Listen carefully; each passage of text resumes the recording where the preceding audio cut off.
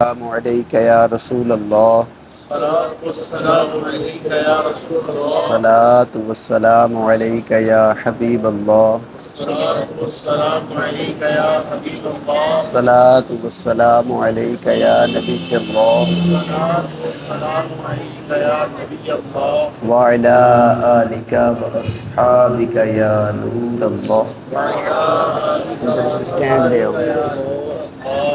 نويت سنة الاعتكاف. نويت سنة الاعتكاف.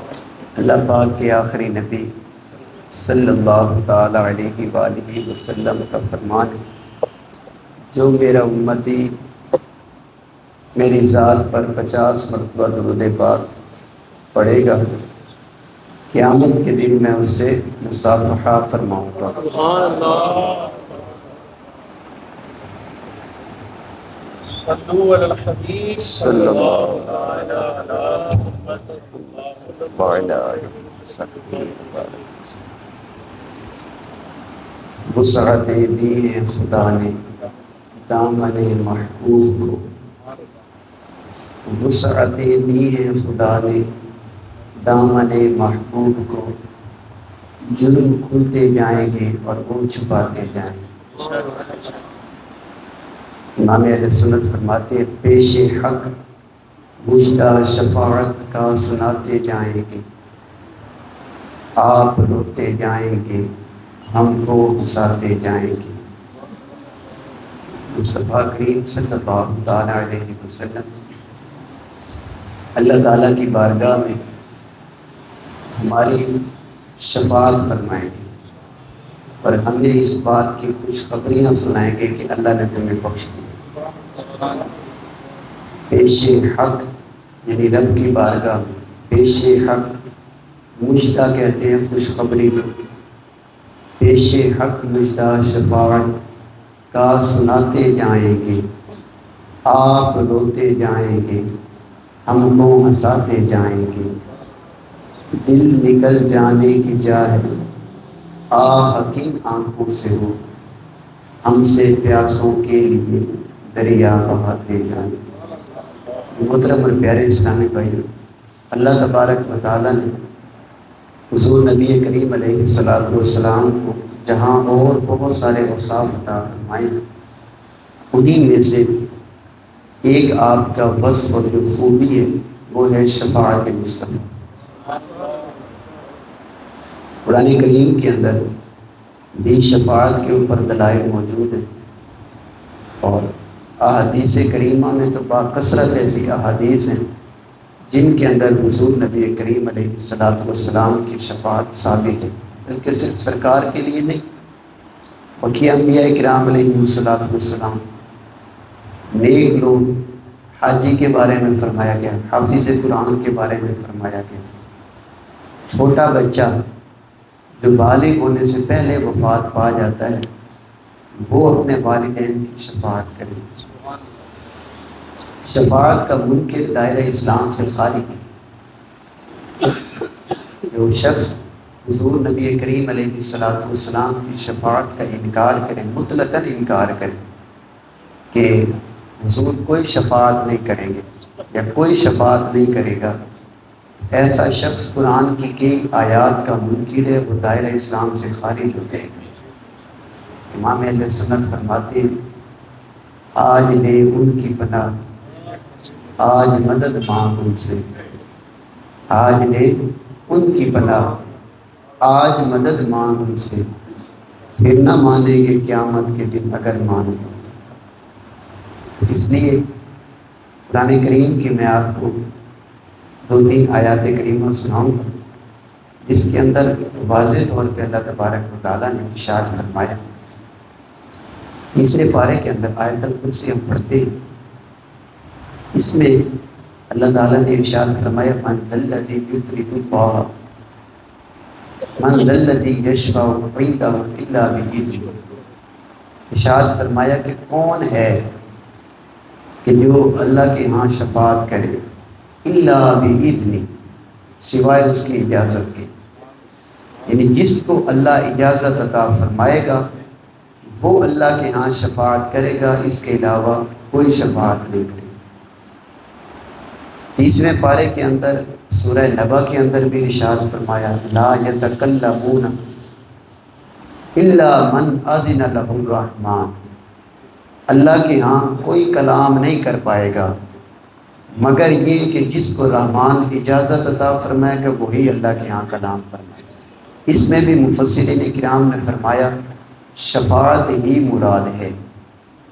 اللہ تبارک و تعالیٰ نے قرآن پاک میں فرمایا عسیٰ ان یبعثک ربک مقاما محمودا، ان قریب آپ کا رب آپ کو مقام محمود پر مبعوث فرمائے گا۔ محدثین کرام سلطان المفسرین حضرت سیدنا عبداللہ بن عباس رضی اللہ تعالی عنہ آپ نے اس آیہ کریمہ کی جو تفسیر بیان کی ہے اور مقام محمود سے فرماتے ہیں کہ وہ شفاعت، وہ مصطفیٰ کریم علیہ السلام کی قیامت کے دن شفاعت فرمانا۔ انا اعطیناک الکوثر، امام فخر الدین رازی رحمۃ اللہ تعالی علیہ آپ نے الکوثر کی جو تفسیر بیان کی فرماتے ہیں والمقام المحمود الذی هو الشفاعت، فرمایا کہ کوثر اللہ نے فرمایا کہ ہم نے آپ کو کثرت عطا فرمائی ہے۔ کس شے کی کثرت؟ فرماتے ہیں کوثر سے مراد وہ مقام محمود ہے جہاں پر حضور علیہ السلام امت کی شفاعت فرمائیں۔ اللہ کے رسول صلی اللہ تعالی علیہ وآلہ وسلم گریہ ازاری فرما رہے ہیں۔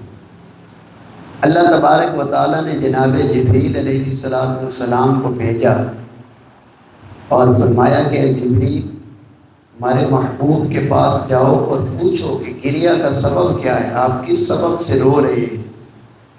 حضور نبی کریم علیہ السلام حدیث پاک میں حالانکہ اللہ تبارک و تعالیٰ سبب جانتا ہے کہ حضور کیوں رو رہے ہیں، لیکن سرکار صلی اللہ تعالیٰ علیہ وآلہ وسلم کی تسکین قلب کے لیے، آپ کے دل کے اطمینان اور سکون کے لیے اللہ تبارک و تعالیٰ نے جناب جبریل علیہ السلام کو بارگاہ مصطفیٰ میں بھیجا کہ آپ سبب پوچھیں۔ حالانکہ فرمایا کہ اللہ جانتا ہے کہ حضور کیوں رو رہے ہیں۔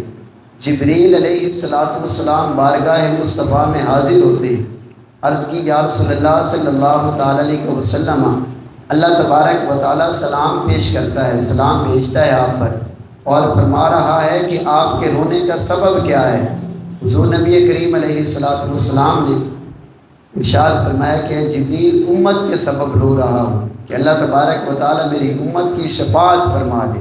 جناب جبریل علیہ السلام اللہ کریم کی بارگاہ میں حاضر ہوتے ہیں، عرض کی یا اللہ حضور علیہ السلام اپنی امت کی شفاعت کی خاطر رو رہے ہیں، اپنی امت کے جو گناہ گار ہیں ان کے لیے آپ روئے جا رہے ہیں۔ اللہ تبارک و تعالیٰ نے یہ سورہ نازل فرمائی سورۃ الضحیٰ، اور اس کے اندر یہ آیت کریمہ وَلَسَوْفَ يُعْطِيكَ رَبُّكَ فَتَرْضَىٰ، آپ جا کر حضور علیہ السلام کی بارگاہ میں عرض کر دیں کہ آپ کا رب آپ کی امت کے بارے میں آپ کو راضی فرما دے گا۔ فرمایا اِنَّا سَنُرْضِيكَ لِأُمَّتِكَ، کہ بے شک عن قریب ہم آپ کو آپ کی امت کے بارے میں راضی کر دیں گے۔ حضور نبی کریم علیہ السلام فرماتے ہیں کہ بالکل بے شک میں اس وقت تک راضی نہیں ہوں گا جب تک کہ ہر امتی کو بخشوا کے جنت میں نہ لے جائے۔ قرآن میں رب کائنات نے فرمایا وَلَسَوْفَ يُعْطِيكَ رَبُّكَ فَتَرْضَىٰ، آپ کا رب آپ کو اتنا عطا فرمائے گا کہ آپ کو راضی فرما دے۔ یہ آیت کریمہ شفاعت کے حق میں نازل ہوئی کہ مصطفیٰ کریم صلی اللہ تعالی علیہ وآلہ وسلم اپنی امت کی شفاعت فرمائیں گے۔ میرے محترم اور پیارے اسلامی بھائی، ایک بڑی پیاری حدیث پاک ہے، حضور نبی کریم علیہ السلام نے ارشاد فرمایا خُيِّرْتُ بَيْنَ الشَّفَاعَةِ، کہ مجھے اللہ تبارک و تعالیٰ نے شفاعت اور آدھی امت کو بھی بلا حساب جنت میں داخلے کا اختیار عطا فرمایا۔ اللہ تبارک و تعالیٰ نے مجھے اختیار دیا، چاہوں تو میں آدھی امت کو بلا حساب جنت میں داخل کروا دوں، یا پھر شفاعت کو اختیار کروں؟ سرکار علیہ الصلوۃ والسلام فرماتے ہیں کہ میں نے شفاعت کو اختیار کیا، اس لیے کہ آدھی امت کو اختیار کرنے میں آدھی تو رہ جاتی، لیکن میں نے اپنے رب سے اپنی ساری امت کی شفاعت کر لی۔ حضور نبی کریم صلی اللہ تعالیٰ علیہ وآلہ وسلم نے ایک مقام پہ اپنے صحابہ کرام کو ارشاد فرمایا کہ کیا تم یہ سمجھتے ہو کہ میری شفاعت کس کے لیے ہوگی؟ کیا صغائر کے لیے ہوگی، یعنی جن کے چھوٹے چھوٹے گناہ ہوں گے؟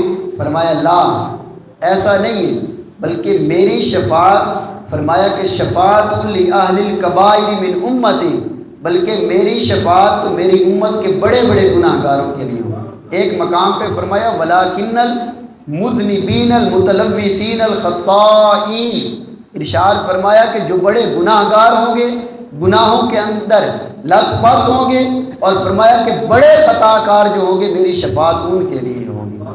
میرے محترم اور پیارے اسلامی بھائیو، حضور نبی کریم صلی اللہ تعالیٰ علیہ وآلہ وسلم کی ایک حدیث پاک ہے، کئی احادیث کریمہ کی کتابوں کے اندر یہ حدیث پاک نقل ہے۔ اللہ کے رسول صلی اللہ تعالیٰ علیہ وآلہ وسلم نے فرمایا کہ قیامت کے دن قائم ہوگا، سارے کی سارے امتیں اس وقت مختلف انبیاء کرام جناب آدم علیہ السلام کے پاس پہلے جائیں گے، پھر ابراہیم علیہ السلام کے پاس، موسیٰ علیہ السلام کے پاس، عیسیٰ علیہ السلام کے پاس، جناب نوح علیہ السلام کا فرمایا کہ مختلف جگہوں پر سارے کے سارے لوگ جائیں گے، ان انبیاء کے فضائل بیان کریں گے، آدم علیہ السلام کو عرض کریں گے کہ آپ تمام انسانیت کے باپ ہیں، اللہ تبارک و تعالیٰ نے سب سے پہلے آپ کو نبوت عطا فرمائی ہے، تمام انبیاء کی اور تمام انسانوں کے آپ باپ ہیں، ہماری شفاعت کریں۔ حضرت آدم علیہ السلام بھی یہی فرمائیں گے کہ میں اس کام کے لیے نہیں ہوں، جناب ابراہیم علیہ السلام کے پاس جاؤ، ان کے فضائل بیان کریں گے، اللہ نے آپ کو خلیل بنایا، آگ کو آپ کے لیے گلزار بنایا، اللہ تبارک و تعالیٰ نے بنی اسرائیل کو آپ سے چلایا، کئی آپ انبیاء کے آپ کو والد بنایا، آپ ہماری شفاعت فرمائیں۔ حضرت ابراہیم علیہ السلام بھی آگے بھیج دیں گے موسیٰ علیہ السلام کے پاس، ان کے فضائل اور بیان کریں گے، پھر عیسیٰ علیہ السلام کے فضائل بیان کریں گے، بالآخر جناب عیسیٰ علیہ السلام بھی حضور نبی کریم علیہ السلام کی طرف تمام امت کو بھیج دیں گے، سارے کے سارے اولین ہوں گے، آخرین ہوں گے، ہر وہ شخص کے جو دنیا کے اندر آیا ہے، ہر وہ شخص موجود ہوگا جو انبیاء کرام علیہ السلام کے پاس حاضر ہوگا، بالآخر سارے کے سارے یہی کہیں گے کہ ہم اس کے لیے نہیں ہیں، اس کے لیے کوئی اور ہے۔ عیسیٰ علیہ السلام حضور نبی کریم علیہ السلام کی بارگاہ میں بھیجیں گے، جب لوگ ساری مخلوق کے پاس پھر آ کے آقا نبی کریم علیہ السلام کی بارگاہ میں حاضر ہوں گے، تو سرکار علیہ السلام فرمائیں گے انا لہا، ہاں میں اس کام کے لیے ہوں، اس شفاعت کے لیے اللہ نے مجھے آج منتخب فرمایا ہے۔ کہیں گے اور نبی اذهبوا الی غیری، یہ الفاظ حدیث پاکی ہیں کہ دوسرے انبیاء کہیں گے کہ میرے علاوہ کسی کے پاس جاؤ، کسی اور کے پاس جاؤ، آج تو مجھے اپنی پڑی ہے، اس کام کے لیے میں نہیں ہوں، کسی اور کے پاس جاؤ۔